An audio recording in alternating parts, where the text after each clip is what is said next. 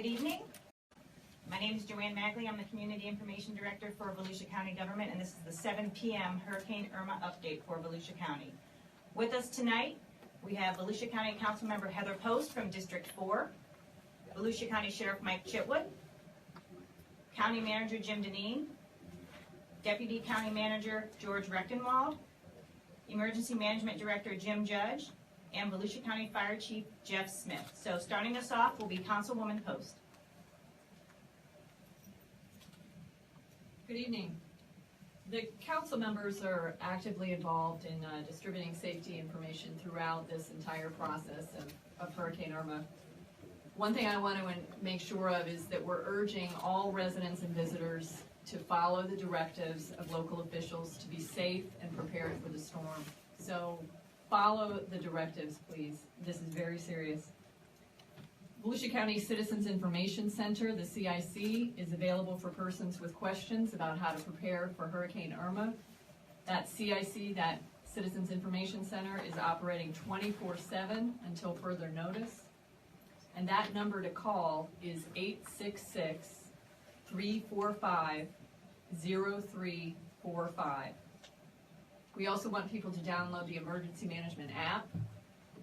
Follow the emergency management Facebook page, and you can also follow along on Twitter, which is at VC Emergency Info. We're also providing updates at www.volusia.org/PIN, PIN. So right now I'd like to introduce County Manager Jim Deneen. Thank you. Well, finally, the storm is upon us. This is the time to hunker down. Votran has suspended service due to weather conditions. We have about 4,000 people in our shelters, and while most are full, we still have some limited capacity. The tropical storm force winds are upon us, and they're going to continue to be here for the next 24 hours. We expect the most damaging winds, with the potential for damage and catastrophic, in some cases, potential against buildings to occur between 11 p.m. and from 11 p.m. until 10 a.m. These gusts could be as high as 75 miles an hour. As we go through the night and into the morning, we ask residents to be patient, not leave where they're staying, including those in shelters, and please avoid traveling. We strongly advise that everyone stay inside, not go out during the storm. The ground is saturated from the rain, and there may be power lines that are down. Once again, now is the time to stay put and wait until the storm recedes. I'd like to introduce Sheriff Chitwood. Good evening. We're going to talk about the bridges first. All bridges in Volusia County to the beach side are closed. The North Causeway in New Smyrna Beach and the Main Street Bridge in Daytona Beach, their westbound lanes are open for people to evacuate. Turnbull Bay Bridge in New Smyrna Beach and High Bridge in Ormond Beach are also closed. When the bridges are able to be reopened, it will be announced, and that will be when it is safe to travel and emergency officials have given the green light for travel to resume over the bridges. Curfew, the time for the countywide curfew is 9 p.m. tonight. That's 9 p.m. tonight through noon on Monday. Depending on weather conditions and road conditions, we'll reevaluate that. The city of DeLand, their curfew began at 3 p.m. this afternoon. Law enforcement officials will use discretion and common sense when enforcing the curfew. Those who are evacuating, unavoidably traveling to work, or who have an urgent need to travel in the area are free to do so if absolutely necessary. The intent of the curfew is so that people are safe. We want to discourage loitering and looting and any other criminal activity which we will not tolerate. The Sheriff's Office encourages all residents to shelter in place as the hurricane passes through. The lifting of the curfew will be coordinated with emergency services, the cities, and all law enforcement agencies. I'd like to introduce you to Volusia County Fire Chief Jeff Smith. Thank you. Good evening. Emergency medical services and municipal and county fire rescue agencies we'll be implementing emergency modified hurricane response procedures tonight, which will limit response when winds reach a sustained speeds of 45 miles per hour. We expect this to occur between 9 and 10 p.m. this evening, and it will occur incrementally across the county because of the geography of the county as the storm moves north. Services are provided by quadrant, with the county having 4 quadrants: southwest, southeast, northwest, and northeast. In an emergency, continue to call 911 and we'll respond while we can outside of those windows of 45 mile per hour. So just to recap, once we reach 45 mile an hour sustained in a quadrant, emergency response from fire and EMS will not occur until the winds lay down. We want you to call 911 and we'll get back to work as soon as we can get out there. Also, I want to talk a little about generator safety. Placement is key. Never use generators indoors or outside, near windows, vents, and air takes. Shouldn't expect people to be using generators right now because of the active storm, and we still have power that's sustained. However, whenever you do start using those, we want to make sure you follow some good precautionary procedures. Proper ventilation is critical to reduce the risk of carbon monoxide poisoning from a generator's exhaust. Carbon monoxide poisoning is a common serious danger that can cause death if generators are not properly vented. This is particularly true when fuel is not burned completely as well. Keep other items clear. Maintain plenty of airflow space around the generator, and also pay attention. Get fresh air immediately if you begin to feel sick, nauseous, dizzy, or lightheaded. Make sure you have a CO2 detector in place. If you don't, go out and purchase one and put it in place.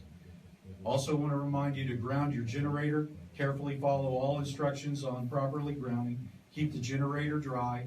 You don't want to get it wet because it'll short out and could possibly start a fire, and we don't need extra work because of human behavior problems. So let's just think about safety and do it right. Also, while you're at it, keep a charged fire extinguisher handy. To avoid electric shock or electrocution, do not try to fix or otherwise rig up your generator to backfeed into your house system. Leave that to the professionals. Organize your cords. Keep the cords out of the way to avoid injury, but keep them in plain view so you can track which ones are being used and that you're not overloading the system, which could cause a fire. Do not backfeed power. I kind of talked about that earlier. Do not plug the generator into a wall outlet. Backfeeding will put you and others at risk. Certainly the utility company that will be out there trying to restore power to all of us. So let's think about that and be mindful of their safety as well. Of course, don't touch things that are going to be hot. Keep that generator away from your kids or from little children that could be playing around it. Just be mindful of that. Okay, back to Joanne. Okay, at this time, we're going to open it up for any questions from any of our speakers. When are you telling residents that they can return to their homes for those who have evacuated so far? We'll actually make in the future an announcement of that. Most people can anticipate that we anticipate that the tropical force winds should pretty much subside after about a 24-hour period. And so we'll actually announce a time when we think it's probably safe. We've heard reports of people spotting funnel clouds in Delion Springs. Not touching down, but just in the air. Yeah, that's true.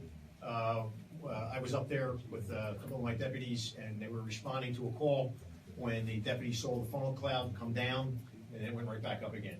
It was not in a populated area. It didn't cause any damage, but I think it was our first tornado sighting of the day. Sheriff, Yes? do you happen to have any video of that on your dash cams or body cams? I don't think he had his body count. He was just on patrol when it came down. Any reaction to the path of the storm and how this forecast has changed to your advantage over the last couple of days?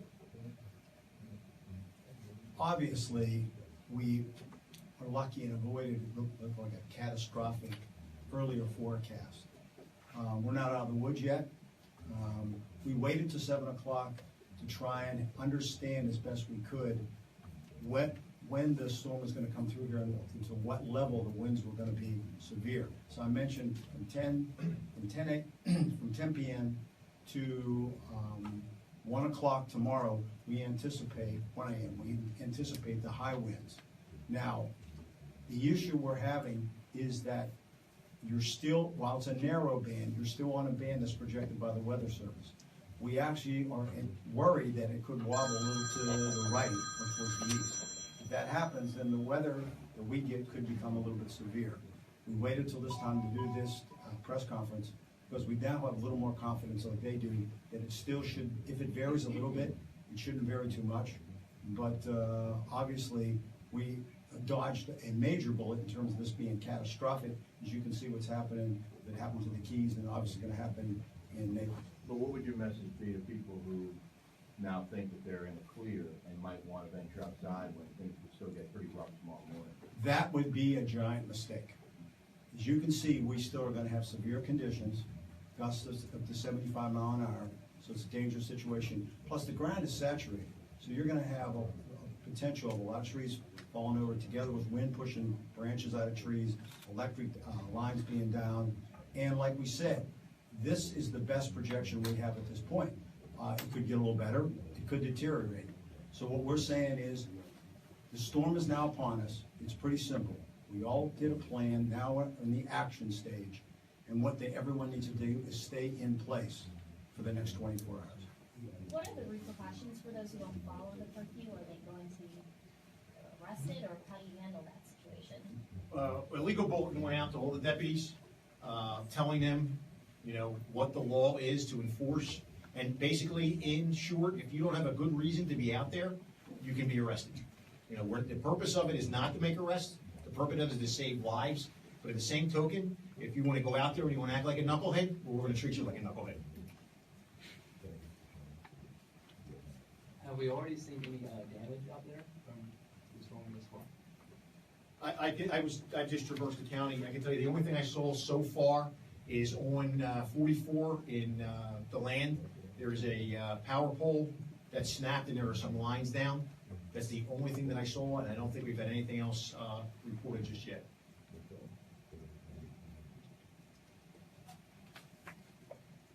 Did you have a question? Has there been any problems with people trying to get to shelters or get out? Have you had to go and help anyone new?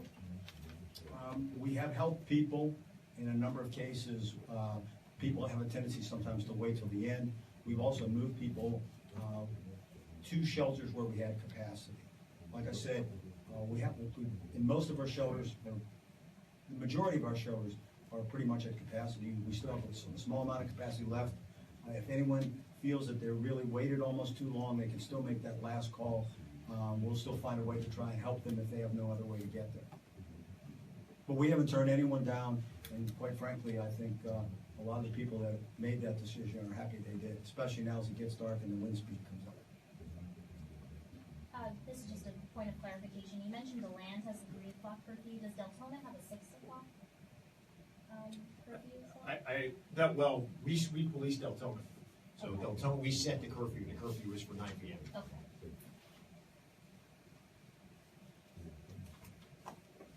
Are there any other questions?